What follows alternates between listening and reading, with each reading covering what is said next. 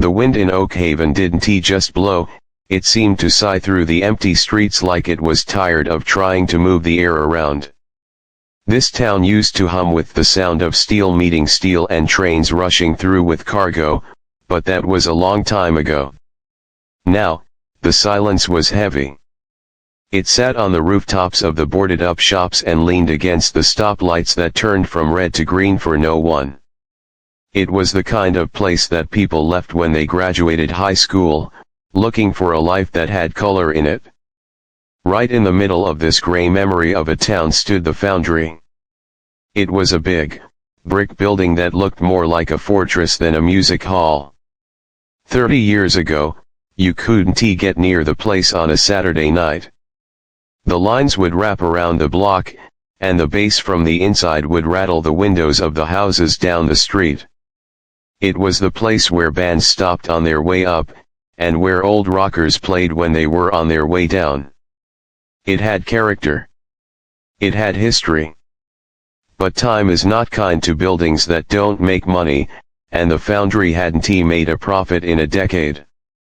Elias sat on a stool behind the bar, staring at a piece of paper that had been folded and unfolded so many times the crease was starting to tear. He was a man with a face like a roadmap of wrinkles, each line representing a different worry he had carried over the years. His hair was gray and thinning, and his hands were rough from moving kegs and fixing tables that had been broken by drunk patrons. He looked around the room. The dance floor was empty. The tables were stacked with chairs upside down on top of them. The air smelled like old beer and lemon cleaner. The letter on the bar was from the city. It was full of big words and legal terms, but the meaning was simple. The building was unsafe. The wiring was shot, the roof leaked in 3 places, and the foundation was shifting. If Elias didn't bring the building up to code in 6 months, a process that would cost more money than he had seen in his entire lifetime, they were going to tear it down. They were going to turn the space into a parking lot because, according to the city, that was what the town really needed. Elias let out a long breath that ended in a dry cough. He didn't have the heart to fight anymore. He was tired. He poured himself a glass of water from a pitcher that was sitting on the counter, his hand shaking just a little bit. He thought about the years he had spent here. He had missed his daughter's school plays because a band's bus broke down.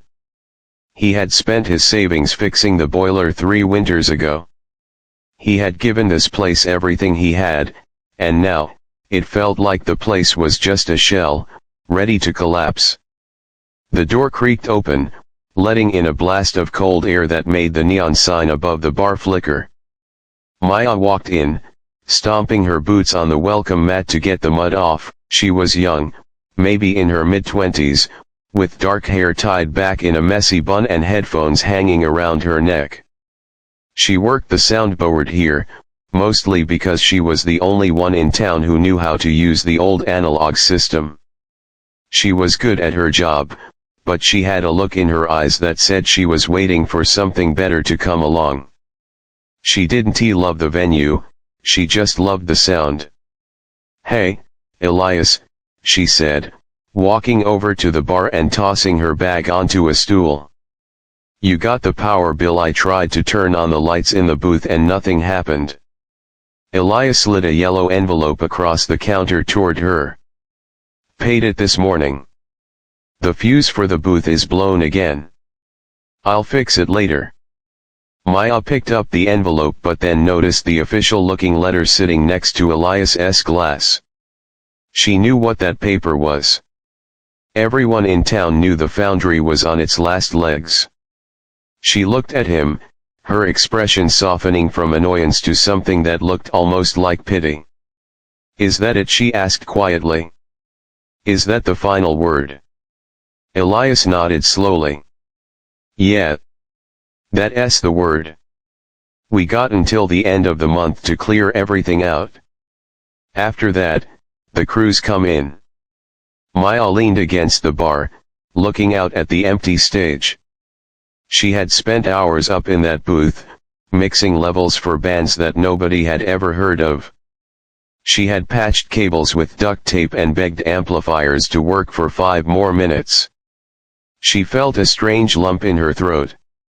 She always complained about this place. She always said the equipment was garbage and the pay was bad. But standing there, realizing it was actually going to be gone, felt different. It felt like losing a bad habit you couldn't break. "So, that's it?" she asked. "We just turn off the lights and lock the door." "Pretty much," Elias said. He took a sip of his water. "I was thinking maybe we don't advertise it. No big party. No farewell speeches. People around here are sad enough about the mill's closing. We don't need to throw a pity party for a building." Just then, the sound of a broom bristle scratching against the concrete floor came from the corner of the room. It was Jack's. He was a tall, thin man who kept to himself. Nobody in town really knew where he lived, or if he had a family. He just appeared sometimes, sweeping floors or carrying heavy boxes in exchange for a meal and a few dollars. He wore a faded army jacket that was too big for him, and his eyes always seemed to be looking at something far away. Jack stopped sweeping. He looked at the stage, then at Elias. "No music?" Jax asked. His voice was raspy, like he didn't use it much. Elias looked up, surprised Jax was listening. "No music, Jax. It's over." Jax frowned. He leaned on the broom handle. "Music helps the quiet," he mumbled, almost to himself. "The quiet is too loud in this town." Elias looked at the floor. He knew what Jax meant. The silence in Oak Haven was loud. It was the sound of empty pockets and empty houses. The foundry was the only place where that silence was drowned out for a few hours. Suddenly, an idea struck Elias. It wasn't a great idea. It was a desperate, half-baked idea. But he didn't want the lights to go out for the last time on a Tuesday afternoon with just him, Maya, and Jack standing in the dust. "Maybe one last night," Elias said slowly. Maya looked up. "What do you mean?" "Next Tuesday. Just an open mic. Tell whoever you want. But we don't print flyers. We don't post it online. We just leave the door unlocked. If people want to come play, they come play. If they want to sit and drink, they sit and drink. We play until we get tired, or until the power cuts out completely." Maya looked at the old soundboard in the booth, then at the stage. She knew she should just go home. She should pack up her gear and find a gig in the city. But there was something about the challenge of it. One last chance to mix a show. "I can make the system hold together for one night," Maya said, a small smile tugging at the corner of her mouth. "But I'm not staying past midnight. I have a shift at the diner the next morning." Elias stood up, his knees popping in the quiet room. He felt a tiny spark of energy, a flicker of the old days. "That's fair. We don't expect anyone to show up anyway. Just us." "I'll play," Jack said suddenly. He tapped the pocket of his worn-out jacket. "I got my harmonica." Elias chuckled. It was a dry sound, but it was real. "All right, Jax. You can play." The three of them stood there for a moment, listening to the wind howling outside.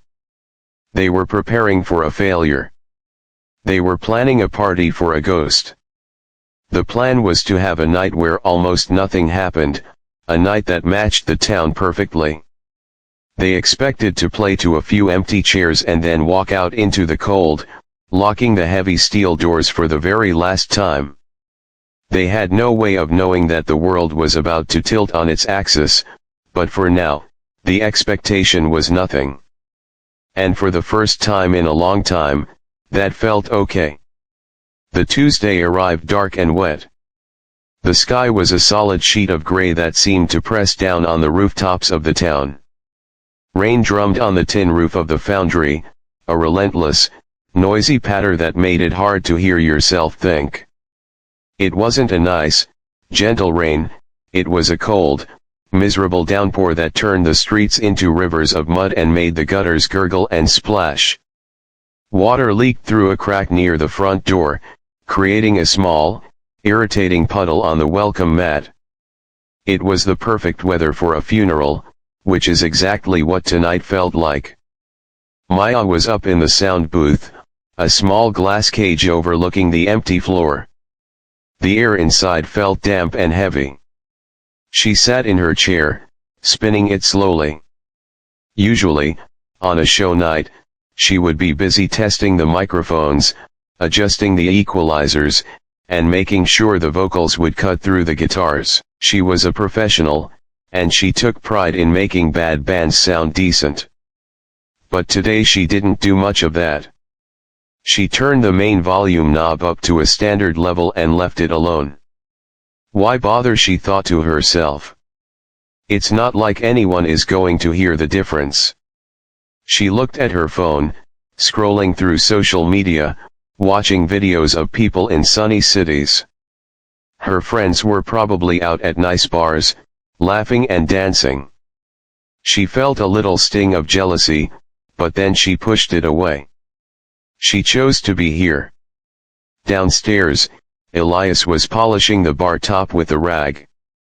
It was a ritual he had performed for 30 years. He rubbed the wood in circles, even though it was already clean. The bar was scratched and scarred, marked by initials of people who had long since moved away, cigarette burns from the days when smoking inside was allowed, and rings left by cold beers. He rubbed a particularly deep scratch, remembering the night it happened. It was ugly, but it was real. He glanced at the clock on the wall. 7 p.m. showtime. The parking lot outside was completely dark. 3 cars sat there, Maya's beat-up sedan, his own rusty truck, and Jack's bicycle, which he had chained to a street lamp. That was it. No fans. No excited chatter. Just the sound of the rain hitting the pavement. A few regulars trickled in, not because they cared about the music, but because they had nowhere else to go. Old Tom, who sat in the corner every night and read the newspaper until his eyes closed. A couple named Dave and Linda, who came for the cheap wings and to get out of their small, quiet apartment. They walked in, shook off their umbrellas, looked around the empty room, and shrugged. They didn't ask where the crowd was. They just sat down and ordered drinks. It was a silent, unspoken agreement among everyone in the room: we are here to witness the end, but we won't make a big deal about it. Elias walked onto the stage. The spotlight flickered and buzzed before finally turning on, casting a lonely yellow circle on the wooden floor. He tapped the microphone.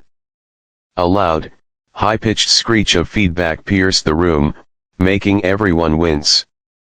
It was an ugly sound, the sound of a system that was past its prime. He quickly lowered the volume. "All right," Elias said into the mic, his voice sounding small and hollow in the big empty room. "We're going to do some open mic stuff. If anyone wants to play, come on up. We're here until midnight." The first brave soul was a man in a gray suit. He was an accountant from the office across the street who had come in for a drink and decided to sign up on a whim. He walked up the stairs carrying a piece of sheet music that was shaking in his nervous hands. He sat on the stool, adjusted his glasses, and started to sing a pop ballad. It was not good. It was the kind of singing that is so earnest and off-key that it makes you feel uncomfortable just listening to it. He missed every high note, his voice cracking under the pressure. Maya in the booth didn't even try to fix the mix. She just watched him, her chin resting on her hand. When he finished, there was a polite, awkward silence, followed by old Tom clapping his hands together once. The accountant looked relieved, bowed quickly, and scurried back to his drink. Next up was a young kid, maybe 16 years old. He carried an electric guitar that looked too big for him.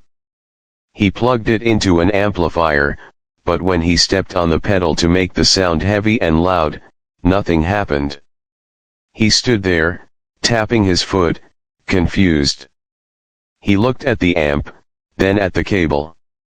"I think it's broken," the kid muttered into the mic, his face turning bright red. He tried to play without the effects, but the cable was loose, so the sound cut in and out with a loud popping noise. He managed to play two messy chords, looked like he was about to cry, mumbled sorry, and unclipped his guitar. He walked off quickly, head down. The room felt colder after that. It was painful to watch. It was exactly what everyone expected, a train wreck of a night. By 9 p.m., the mood in the room was heavy. It felt like the air was being sucked out of the building. Linda and Dave had finished their wings and were looking at the door, ready to leave. Maya was leaning her head on her hand, bored and tired, watching the rain streak against the booth window. Jax was in the back corner, sweeping the same patch of dirty floor over and over again, lost in his own world. The open mic night sign had fallen off the easel and lay face down on the floor. Nobody picked it up. Maya came down from the booth, stretching her back. She walked over to the bar where Elias was pouring himself a glass of water. "Hey," she said softly. "It's dead, Elias." The kid left. The accountant guy is basically asleep at his table. Even the rain is slowing down. Why don't we just lock up? Elias looked at her. His eyes were tired, red around the edges. He looked at the empty stage, the dark windows, and the demolition notice taped to the register. A part of him wanted to say yes. He wanted to turn off the lights, go home, and crawl into bed. He wanted to stop pretending that this place still had magic. But another part of him, the stubborn part that had kept this place running for 30 years against all odds, refused to let it end on a broken guitar string. "No," Elias said.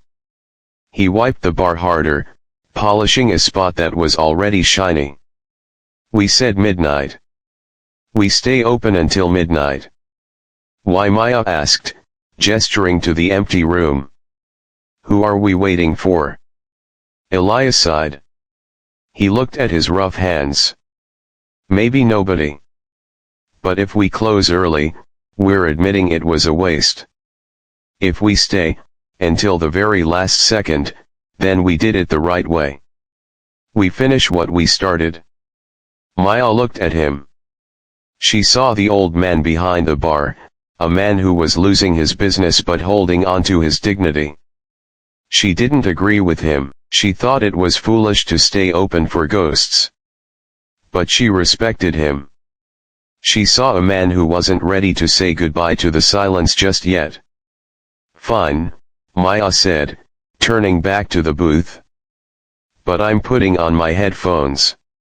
I can't listen to another bad chord." A little while later, a woman in a long trench coat walked up to the stage. She was the third act. She didn't have an instrument. She just held a small notebook. She stood in the dim light, her back to the audience. She started to read a poem. Her voice was low, a mumble that drifted into the rafters without ever really reaching the ears of the people at the bar. It was about trees and loneliness and the color gray. It was boring. It was confusing. Dave and Linda stood up, put on their coats, and walked out without a word. The door opened and closed, letting in a blast of cold air. Now, it was just Elias, Maya, Jax, the sleeping accountant, and the mumbling poet. The clock ticked toward 10 p.m. The night was a failure. It was exactly what they had predicted, almost nothing. The building groaned as the wind picked up again, rattling the window frames. It felt like the venue itself was trying to shake them off. The atmosphere was thick with defeat. They were just waiting for the minute hand to hit 12 so they could turn off the lights for the last time and walk away into the dark. Little did they know, the night was far from over. Outside, in the storm, something was heading their way that would shatter the silence forever. The clock on the wall ticked past 10 p.m., marking the deepest part of the night. Inside the venue, the air was still and heavy, smelling of stale beer and the damp wool of wet coats. The mumbling poet had finally finished her reading and packed up her notebook, leaving without even a nod to the people at the bar. Now, the room felt emptier than ever. The only sound was the rain drumming against the high windows and the low hum of the refrigerator behind the bar. Suddenly, the lights overhead gave a violent shudder. The warm yellow glow flickered, dimmed to a spooky brown, and then popped back to brightness. The neon beer signs in the window buzzed and went dark. Maya, sitting in the sound booth, looked up from her phone. She grabbed her flashlight and shined it toward the back of the room where the fuse box was located. "The power grid is struggling tonight," she called down to Elias, her voice echoing slightly in the empty hall. "If that main breaker blows again, we are done. I'm not going down into that wet basement to fix it." Elias waved a hand dismissively from behind the bar. "Let it blow," he grumbled, though he was looking nervously at the lights. "If the power goes, we just close up early. No one is here to care." Just as he said the words, a sound cut through the noise of the rain outside. It wasn't thunder. It was a deep, mechanical grinding sound, followed by a loud hiss of air brakes. It came from the street right in front of the door. Everyone in the room turned their heads. Even Jax, the quiet man with the broom, stopped sweeping and looked at the entrance. A heavy moment later, the front door pushed open. The wind didn't just blow in, it rushed in, carrying cold rain and a blast of energy that felt completely foreign to the sleepy, dying atmosphere of the foundry. A man stepped inside, struggling to close the heavy door against the wind. He was tall and thin, wearing a black leather jacket that was soaked through, dripping water onto the floor. He had a hood pulled low over his head, and a scarf wrapped around the lower half of his face. He carried a guitar case in one hand, battered and covered in stickers from cities around the world, though they were too faded to read clearly. In his other hand, he held a duffel bag. The man stomped his boots on the mat, shaking off the excess water. He pulled down his hood and unwound the scarf. He had messy dark hair and a face that looked exhausted, pale from travel and lack of sleep. He looked around the room, scanning the empty tables and the small group of people staring at him. There was something about him that felt different. He didn't look like a local. Even his clothes, though wet and dirty, had a quality to them that stood out against the worn-out flannel and work jackets of the town regulars. Elias wiped his hands on his towel and walked over to the end of the bar. "We're closing in about 2 hours, friend," Elias said, his voice neutral.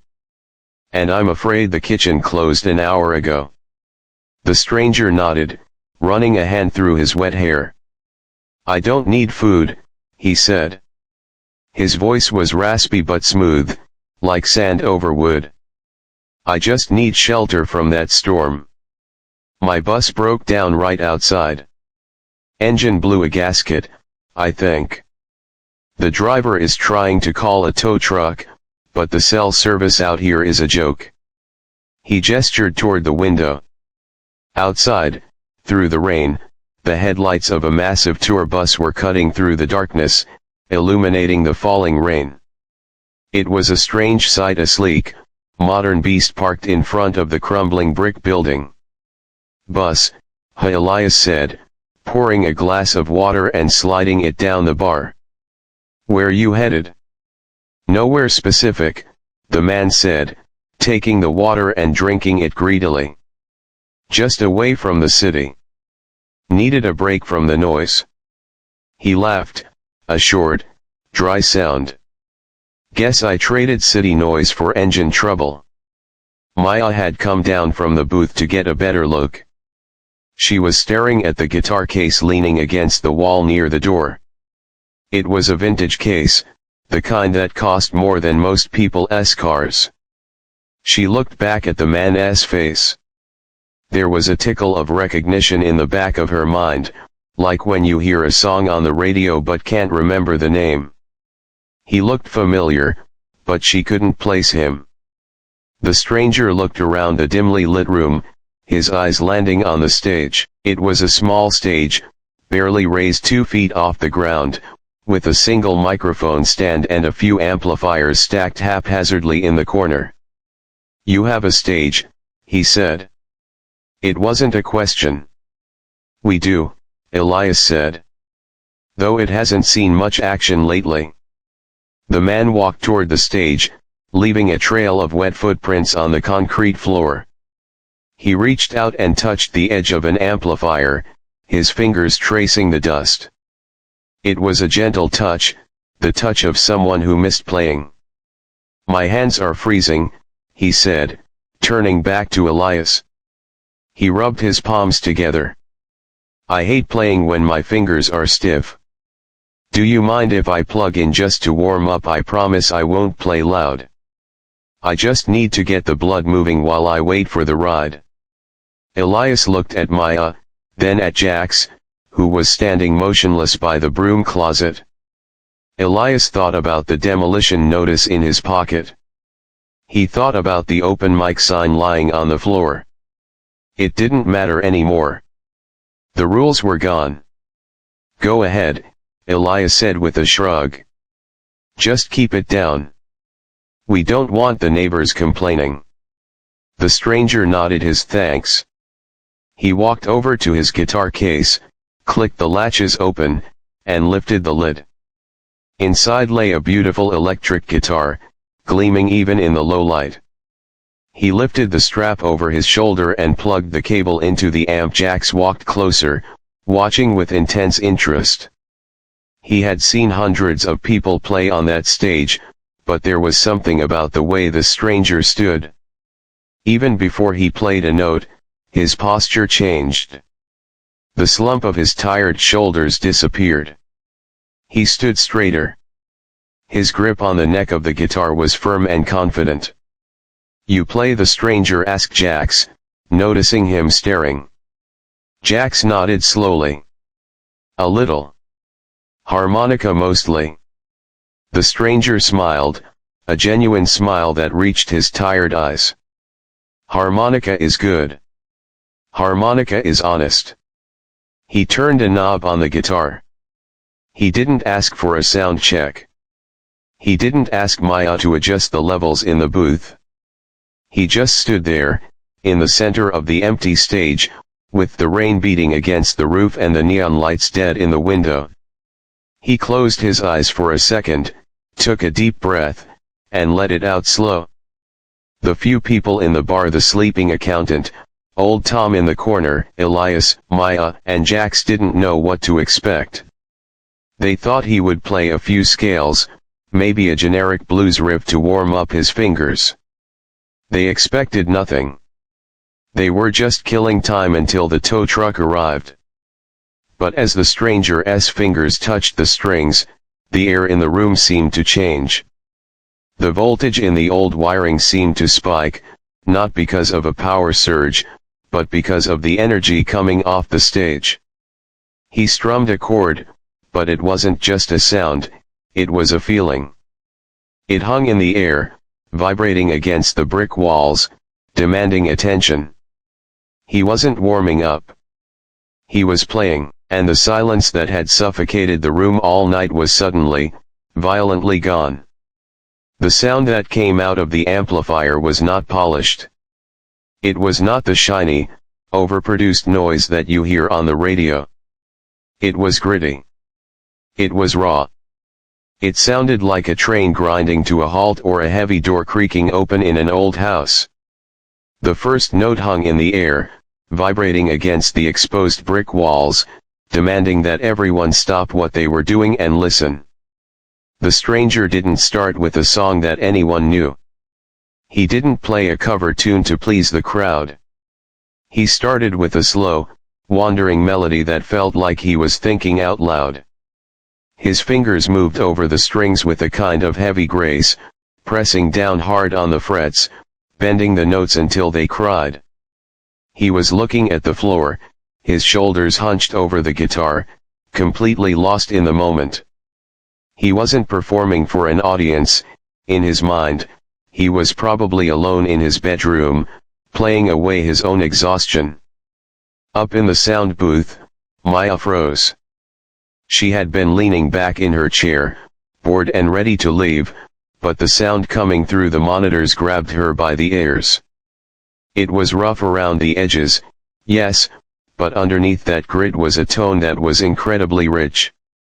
It was the kind of sound that engineers spend their whole careers trying to capture. Without really thinking about it, she sat up straight. Her hands moved across the mixing board, sliding the faders up and down. She adjusted the reverb to give the guitar a bit more space, making it sound like it was coming from a vast canyon instead of a small, damp room. She tweaked the equalizer to cut through the muddy rumble of the room. It was a reflex, born from years of loving music. Down on the floor, the atmosphere shifted instantly. Old Tom, who had been dozing in the corner with his chin on his chest, lifted his head. His cloudy eyes focused on the stage. Even the accountant at the bar, who had been staring blankly at his phone, put the device down. The music seemed to reach inside them and shake them awake. It wasn't just noise, it was a story. It was the sound of the rain outside, the sound of the empty streets, and the sound of being tired but still moving forward. The stranger began to play a little faster. He started to tap his foot, a heavy, rhythmic thud that seemed to sync up with the beating of everyone's hearts. The melody turned into a blues riff, sad but strong. He looked up for a second, scanning the empty room, and his eyes locked onto Jax. Jax was standing near the edge of the stage, his broom forgotten in his hand. He was swaying slightly, his head cocked to the side. The stranger nodded at him, just a quick dip of the chin, and then turned back to the guitar. He played a specific riff, a repeating loop that left a gap in the music, a space that was begging to be filled. Jax understood. He dropped the broom. It clattered loudly against the concrete floor, but nobody flinched. Jax reached into the deep pocket of his army jacket and pulled out a chromatic harmonica. It was old and scratched, held together by tape in one corner. He brought it to his lips and closed his eyes. For a moment, there was hesitation. Jax was just a street sweeper. He played on street corners for spare change. Who was he to play with a professional? But the music didn't care about status. The music was an open door. Jax took a breath and blew. The sound that came out was sharp and piercing, cutting through the heavy guitar noise. It was a wailing note, full of soul and pain. It wasn't perfect, there was a slight squeak at the start, but that squeak only made it feel more real. It sounded like a human voice crying out. The stranger on stage smiled. It wasn't a polite smile, it was a wild grin. He leaned into his microphone and nodded at Jax, encouraging him. The two of them began to trade notes. The guitar would say something low and growling, and the harmonica would answer high and lonesome. They were having a conversation, telling a story without using a single word. Maya watched from the booth, her mouth slightly open. She had mixed hundreds of bands, but she had never seen a connection happen this fast. It was like magic. She turned the knobs, bringing Jack's harmonica up in the mix, making sure every wail and every breath was heard clearly. She hit the record button on the computer, capturing the audio stream. She didn't do it to post it online or to make money. She did it because she knew this was a moment that would never happen again. She wanted to keep it. The energy in the room changed. The cold draft coming from the door didn't feel cold anymore. The dust motes dancing in the spotlight looked like gold dust. The accountant got off his stool and walked closer to the stage, his eyes wide. Even Elias, the man who was losing his business, stopped cleaning the bar. He leaned on the counter, watching the stage. For the first time in years, he didn't see a dying building. He saw a place where real art was happening. The music built up, getting louder and more intense. The stranger was sweating now, despite the cold. He was attacking the strings, coaxing screams and whispers out of the instrument. Jax was swaying back and forth, his eyes squeezed shut, pouring his whole life into that little metal instrument. The rhythm was hypnotic. It pulled everyone in. Outside, a few people walking past the building on their way home stopped. They could hear the music vibrating through the thick brick walls. It drew them in like a moth to a flame. One by one, faces appeared in the windows, peering through the rain-stained glass, wondering what was happening inside. Suddenly, the stranger stomped on a pedal he had brought with him. The sound changed, thickening up. He launched into a solo that was fast and furious, his fingers a blur. Jax stopped playing for a moment, letting the guitar take over, dancing around the melody. Then, just as the guitar reached its peak, Jax jumped back in, matching the intensity note for note. They were perfectly in sync, two lost souls finding each other in the dark. The song didn't end with a fade out. It ended with a final, thunderous chord that rang out and hung in the air for a long time. The stranger let the feedback hum for a moment, his hands still on the strings, before cutting the volume off completely. The room went silent. It was a heavy, stunned silence. No one clapped immediately. They couldn't. The music had taken the breath out of them. Then, Jax took the harmonica out of his mouth and laughed. It was a joyful, surprised sound. The stranger on stage looked at Jax and laughed too. It broke the spell. The accountant let out a breath he didn't know he was holding and clapped his hands together. "Wow," he whispered. Old Tom in the corner shouted, "Yeah," even though he didn't know exactly what he was cheering for. Maya smiled in the booth, looking at the recording levels on her screen. The green bars were high and steady. She had caught it. The stranger wiped the sweat from his forehead with his sleeve. He looked out at the 10 or 12 people who had gathered near the stage, including the ones who had wandered in from the street. He looked exhausted, but his eyes were bright. He didn't bow. He didn't ask for applause. He just stood there, holding his guitar, looking grateful that someone had listened. But the night wasn't over yet. The real spark was about to catch fire. Maya reached for her phone, her fingers trembling slightly. She pulled up the streaming app she sometimes used to show friends her mixes. She didn't think about the consequences. She didn't think about copyright or rules. She just thought, the world needs to hear this. She pointed the camera at the stage and hit the button. Maya woke up the next morning with a headache. She rolled over in her small bed and reached for her phone to shut off the alarm, but before she even touched the screen, she realized something was wrong. The phone was vibrating non-stop. It was buzzing against the nightstand like an angry insect.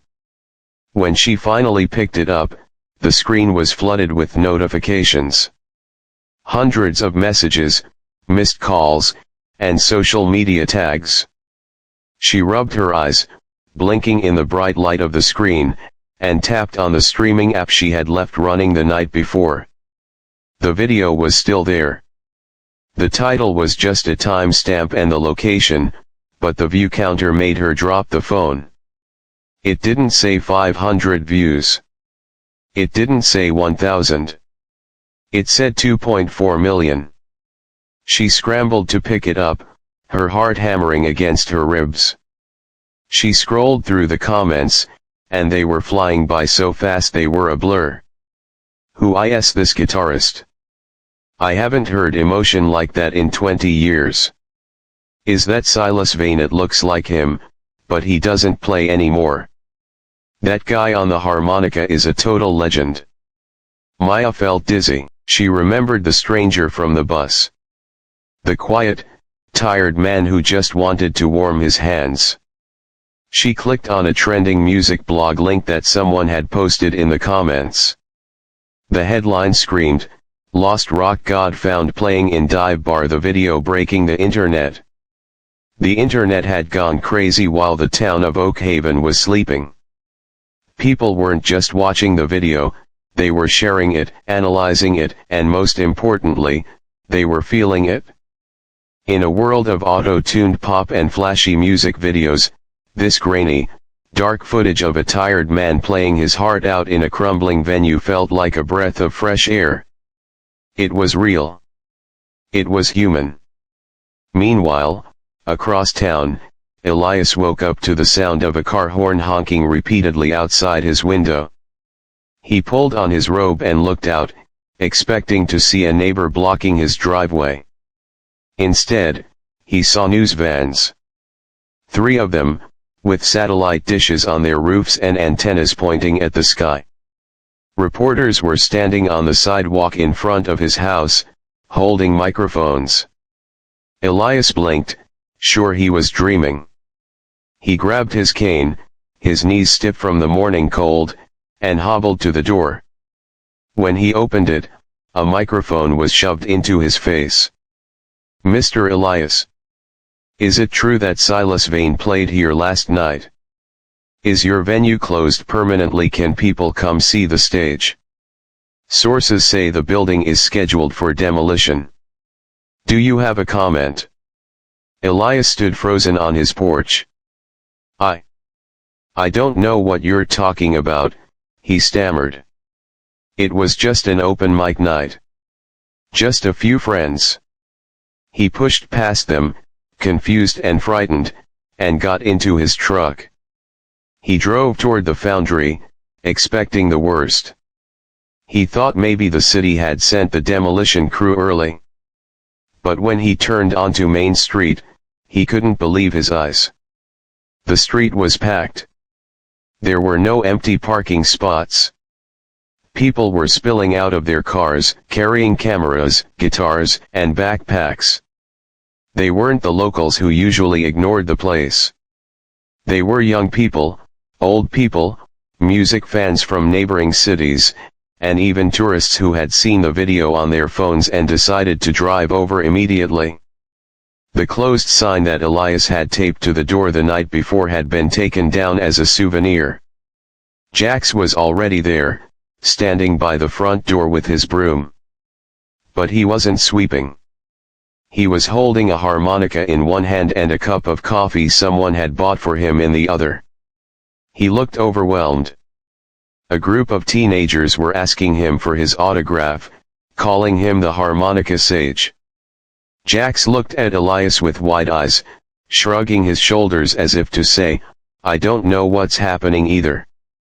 Elias pushed through the crowd. The moment he unlocked the heavy front doors, people rushed in, but they stopped when they saw the inside. They didn't trash the place. They walked in quietly, looking at the stage with reverence. They touched the brick walls where the stranger had leaned. They took photos of the spot where Jax had stood. Maya arrived an hour later, dodging reporters.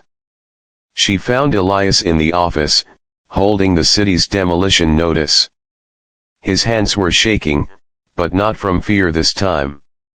"They're on the phone," Elias whispered, pointing to the receiver. "The mayor. The city council. They want to know if I can hold a concert this weekend. They're talking about grants. They're talking about fixing the roof." Maya looked at him, a huge grin spreading across her face. "You did it, Elias. The video saved us." Elias looked out toward the bar floor, where people were already ordering drinks, where the cash register was ringing for the first time in years. "I didn't do anything," he said softly. "I just let the music play." The transformation of Oak Haven didn't happen overnight, but the spark that was lit that Tuesday never went out. The city didn't just cancel the demolition, they declared the foundry a historic landmark. Money poured in to fix the electrical wiring and repair the roof, but Elias made sure they didn't change the soul of the building. He kept the graffiti on the bathroom walls. He kept the scratchy wooden floorboards. He kept the grit. The video of the stranger and Jax became the heartbeat of the town. It wasn't just a viral clip, it was proof that good things could happen in forgotten places. A year later, the venue was packed again, but the atmosphere was different. It wasn't just about drinking and forgetting, it was about listening. Musicians from all over the country wanted to play on the stage where the magic happened. Silas, the stranger, never came back to Oak Haven to claim his fame. He released a statement saying that night was the only time he had felt truly free in a decade, and he wanted to leave it there. But he sent something. A large package arrived one morning. Inside was a brand new soundboard, top of the line, better than anything Maya had ever used. There was a note attached that simply read, "For the ears that heard the silence." Jax was no longer just the sweeper. He had a spot in the house band. Every Friday night, he would walk onto that stage with his harmonica, and the crowd would cheer. He wasn't rich, and he didn't want to be. He had a warm coat, a good meal every day, and a place where people listened to him. On the anniversary of that rainy Tuesday, Elias stood behind the bar, watching a young band tuning up on stage. The room was loud, full of laughter and the clinking of glasses. The windows were steamed up from the heat of the bodies inside. He looked at the spot where the demolition notice used to be taped. It was gone now. Maya was up in the booth, giving a thumbs up through the glass. Jax was on stage, laughing with the guitar player. Elias poured himself a glass of water and took a sip. The town was still quiet in some ways, and the mills were still closed. But the foundry was alive. It had a pulse. They had expected almost nothing. They had prepared for a whimper, for the end of the line. But what played on that rainy Tuesday had changed everything. It taught them that you don't need a shiny stadium or $1 million light show to make magic. You just need 4 walls, a roof, and the courage to keep the door open when the whole world tells you to lock up. Elias smiled, wiped the counter one last time, and turned up the volume. The music was playing, and for the first time in a long time, the future sounded loud and clear.